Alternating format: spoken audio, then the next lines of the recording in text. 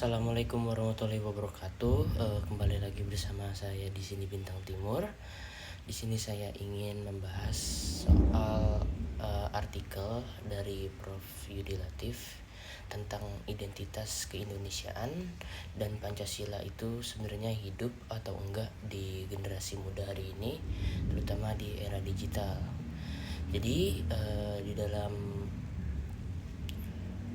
artikel tersebut beliau ngajak kita untuk mundur dikit ke sejarah dan ngingetin bahwa Indonesia itu bukan lahir tiba-tiba. Indonesia itu dibikin oleh anak muda dulu, pemuda terpelajar yang hidup di zaman kolonial, mulai mikir kenapa sih kita harus dijajah, kenapa kita nggak berdiri sendiri. Nah, dari situ mulai muncul pergerakan, organisasi, diskusi, sampai akhirnya mereka berani bilang kita satu bangsa, satu tanah air, satu bahasa Indonesia. Dari semangat itulah Pancasila juga lahir sebagai dasar negara dan hidup bersama. Yang menarik itu Indonesia terbentuk dari keberagaman yang super ribet, beda suku, beda agama, beda budaya, beda kepentingan. Tapi para pendiri bangsa waktu itu sadar kalau semua kelompok jalan sendiri-sendiri, Indonesia nggak akan jadi apa-apa. Nah, jadi Pancasila itu sebenarnya hasil kompromi, hasil pemikiran, hasil keberanian untuk nyari titik tengah. Nah, 5 silanya itu bukan cuma rangkaian kata, tapi rangkuman nilai, yaitu percaya Tuhan, menghormati sesama manusia, menjaga persatuan, mengutamakan musyawarah, dan mengejar keadilan sosial untuk semua.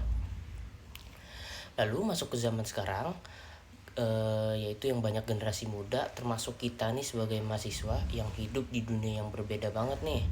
Informasi membanjir, media sosial lebih rame dari dunia nyata ya. Nah, algoritma ngatur apa yang kita lihat dan opini sering lebih kencang daripada fakta. Ini disebut era post-truth. Di sini orang gampang kepecah cuma gara-gara beda pandangan kecil.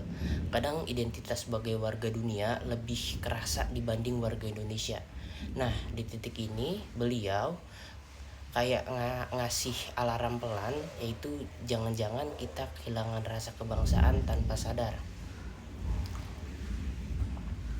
Tapi artikel ini nggak pesimis, justru sebaliknya.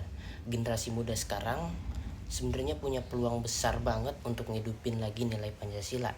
Cuma bentuknya aja beda dari zaman dulu.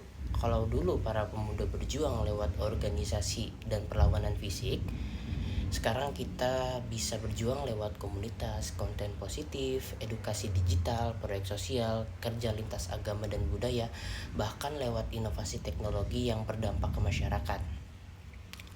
Pancasila nggak harus diwujudkan lewat upacara atau slogan, tapi lewat aksi nyata. Misalnya bantu UMKM, ikut kegiatan kemanusiaan, bikin platform edukasi, atau sekedar menyebarkan konten yang menyatukan bukan memecah.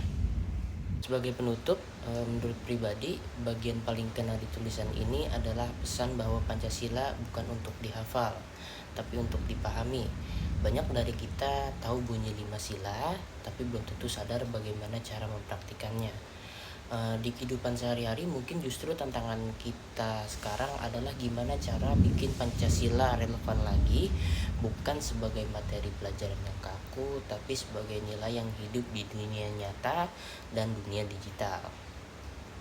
Kalau dulu anak muda berani memimpikan sesuatu yang bahkan belum ada, yaitu negara Indonesia dan bangsa Indonesia, maka tugas kita sekarang itu beda level ya, bukan lagi menciptakan negara tapi menjaga jiwanya. Caranya bukan dengan cara lama, tapi dengan bahasa zaman kita sendiri ya teman-teman, yaitu bahasa digital, kreativitas, kolaborasi, dan empati. Jadi bisa disimpulkan bahwa artikel ini ngajak kita buat ngaca, yaitu apakah kita cuman penikmat kemerdekaan atau penerus nilai perjuangan, dan apakah kita cuman pengguna teknologi atau perubahan. Nah, di sanalah Pancasila seharusnya hidup, bukan di atas kertas, bukan di hafalan, tapi di pilihan sehari-hari yang kita ambil sebagai generasi muda di era digital. Ya, mungkin sekian dari saya, kurang lebihnya mohon maaf. Wassalamualaikum warahmatullahi wabarakatuh.